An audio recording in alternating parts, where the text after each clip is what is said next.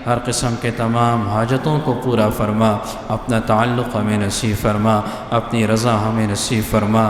جو بھی یہاں محبت سے ہر اتوار کو یہاں پر تشریف فرما ہوتے ہیں، بیٹھتے ہیں، محبت سے آخر تک بات کو سنتے ہیں، الہ العالمین جتنی بھی ہماری مائیں بہنیں، ہمارے جتنے بھی احباب تشریف لاتے ہیں، ان سب کو حرمین شریفین کی مقبول حاضری نصیب فرما۔